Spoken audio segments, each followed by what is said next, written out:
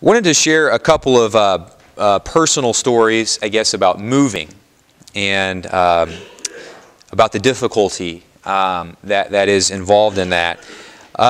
When I was a seminarian, I was actually asked by Archbishop Beekline to go study for 4 years in Rome.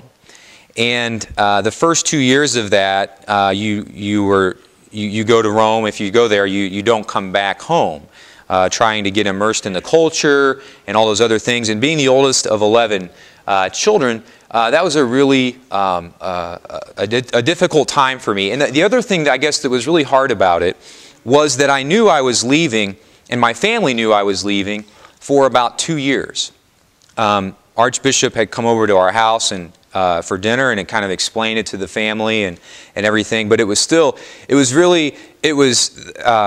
painful part of it. The most painful part of it, I guess, was the dragged out nature of it. And so I knew this is my second to last Thanksgiving with my family for 4 years. And this is the last Thanksgiving now with my family for 4 years. And this is the second to last Christmas. And this is the last Christmas. And on and all of these things that happened. And it was constantly, and my family was always kind of trying to not acknowledge it. But then, it's like, how do you not acknowledge it? And then, the whole difficulty with leaving, the actual departure was a real challenge, and obviously lots of tears shed over that. Leaving is difficult. It's very difficult. As we all know, we've probably all had those times in our life. And I think one of the unsettling things about leaving is that you don't have a home base of operation where you feel safe. A funny story about that. It was a nightmarish process in terms of trying to get a visa squared away. And if you've ever, not all Italians, but if you've ever had to deal with the Italian bureaucracy, I'll say that. It was agonizing. It ended up I had to drive to Detroit, sleep at a casino parking lot in my dad's car at 2 in the morning, and then get up in the morning and get my visa, run back to Indianapolis, hop on a plane, and Rome. No one in Rome knew I was coming, and I don't speak a lick of Italian, so I land in Italy. No one knows I'm there. I don't know where the seminary is. A cab person charges me like $100 to take me, but he knew he had me. So, and so here's the best part about it, though. The seminary in Rome is it's got these gigantic gates out front because it's one of the largest collections of Americans outside of the United States. There's like 300, 400 Americans that are there. And so September 11th happens, they beef the security up, so it's like this military complex. And it's got these gigantic gates, and so I get to the gate for $100, and no one's home. There's no one there, and it's night. It's like 8 o'clock at night. So I had all these bags and with rock climbing equipment. Don't even ask me why. I just come from a rock backpacking expedition, and so I had all of my outdoor gear. And so I'm waiting for like 3 hours, and the sun is setting. I'm in the middle of the street in Italy, in Rome. I have no idea. No one knows I'm there, and I don't know anybody. It was just extremely nervous. So I decide I need to get over the gate. And so it's like 12 feet high, but I'm like, I can't spend the night on the street in Italy, like in Rome, So basically what I did was I tied ropes through all of my bags, and I climbed up, like shimmy, just kind of rock climbing moves. I get on top of this 12-foot high gate, right? And there's like all these Romans are just driving past, they're mopeds, and they're all like waving, It's like what do you got to do in Rome to have somebody call the cops on you? I don't know. So I'm pulling my bags up, and I lower them down the other side, and then I climb down, and I'm on campus, and I finally felt safe, And so the other funny thing about it, I guess, is that then finally, like 2 hours later, the head of the seminary comes home, and these younger guys in the morning, they're like, "Hey, nice to meet you. You're from Indianapolis. That's great. We're from so-and-so." And they're like, "Hey, listen, first thing you need to know about this place, don't climb the wall." And they were dead serious, and they didn't know what I'd done. I was like, "Yeah, who would do that? That's crazy." They'd had like 2 people break their ankle the year before or something doing it. But anyways, I mean, it was just crazy. There's that kind of stuff. maybe you haven't climbed a wall before, but you know, those sorts of things. That's what happens when we're moving, when we're in transition. The crazy things we're just always. I remember just being like really hyper, like on alert and defensive, you know, because it was like you just didn't know what was going to happen next, and you didn't have a safe place. And I guess that was one of the things. One of my stories about moving. And you know, the other story that I would say about moving is the whole process coming here from where I had been for the last 3 years. It was, again, a kind of a drawn-out process. I knew for like 4 or 5 months, and everyone else around me, all the people, all my students and co-workers and parishioners and family knew I was leaving, but it was just like dragged out. You know, and I remember when I told the students at my high school that I was leaving next year, then like I came back the next day, obviously, because this was like in the middle of May. I just said, hey, just so you know, I'm leaving next year. I came back the next day, and some of them were like, what are you still doing here? I said, no, and then like, and the same thing happened at the parish. Like I said, you know, I made the announcement, the bishop has asked me to go to the Terre Haute Deanery. And then like every weekend, from that point on, for like the next 4 months, people would come up and be like, you know, wow, we're really going to miss you, or we're not going to miss you. You know, just all of this, you had to constantly relive it, you know.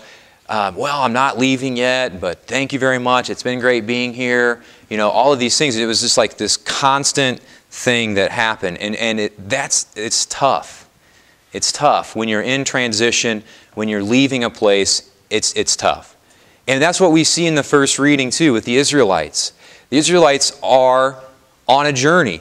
They left. They were glad to leave, at least initially, Egypt. But they were on a journey. They're still wandering. They're still looking for a home. And they were so fed up at that point that they were asking to go back to slavery. I wish I could go back and be a slave again, was what they were basically telling Moses. Because they were so fed up with wandering and looking and not having a home. I think we've been there. We can understand if that's, especially when that's dragged out for so long, it gets tiring. It gets tiring and it wears us down and it's difficult. And I think that we as a parish are in the midst of that. And I think we need to acknowledge how difficult it is. How difficult it is both right now, how difficult the journey will be, because no matter, you know, regardless of the appeal, whatever happens with that, we're still going to be wandering for a couple of years. You know, starting when October 7th happens, we will be in that, and in a lot of ways too, we're similar because we've known for a long time. And so it's been this sort of, this difficult and challenging thing that's there. We're experiencing that as a parish family as well. And I think that one of the reason I bring that up is I like us to think about what is our northern star as we are forced, at least temporarily, to wander, to be on the move. What is our northern star? The northern star, all the other stars obviously move around in the sky, but the travelers in the old days would use the northern star as their guide because it didn't move. It didn't change. And they kept their eye on the northern star, and then no matter what else happened, they knew that they were heading in the right direction. And I think I would propose, and I would ask you to consider making the northern star the Eucharist. Making the northern star during this time of transition and difficulty, making the northern star for us as people, as the Eucharist. Jesus says in the Gospel today, I am the bread of life. I am the Eucharist. I am truly present in the Eucharist.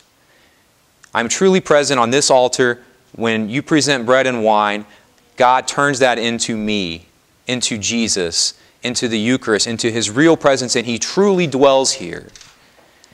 And we need to rely on that and keep that as our guide in the midst of all the other things, all the other uncertainties, all the other questions, all the other pain that can arise, that will arise. I'd like us to consider, what is our northern star? What does the Eucharist mean to me? Lots of other places, lots of other denominations have lots of things that are very similar to what we are doing here today. Other denominations, other places reflect on the Scriptures. They have songs, they have worship, they have community, they have all of those things. But it's only in the church, only in the Catholic Church do we find the Eucharist. Only in the Catholic Church do we find the true presence of Christ.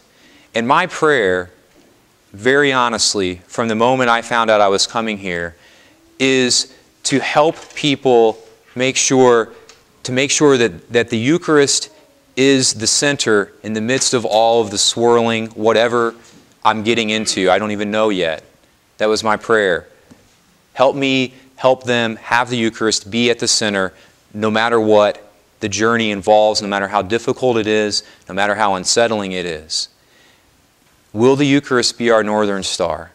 Will that be the thing that we continue to set our sights on, continue to help us find our home? Because I remember when I was in Rome, again, amidst all the uncertainty and all the insanity, that next morning, after climbing the wall and almost breaking my ankles and almost getting thrown out by the rector because I climbed the wall, but he didn't find out, thankfully, I went to St. Peter's Basilica, which was about a 5 or 10 minute walk.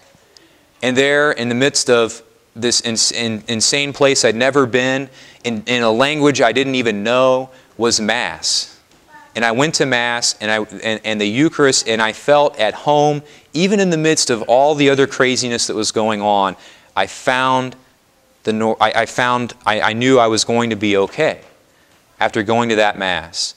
And I knew that in the midst of all the other things, that was going to be what was going to guide me and keep me safe. And so please know that is my prayer for you and for us during these very difficult times, during these very uncertain times, all the other emotions that we feel, that we may rely on the bread of life, the Eucharist, to guide our way together as the body of Christ. May we put our trust in Him. May we put our trust in the Eucharist and in His real presence in our midst.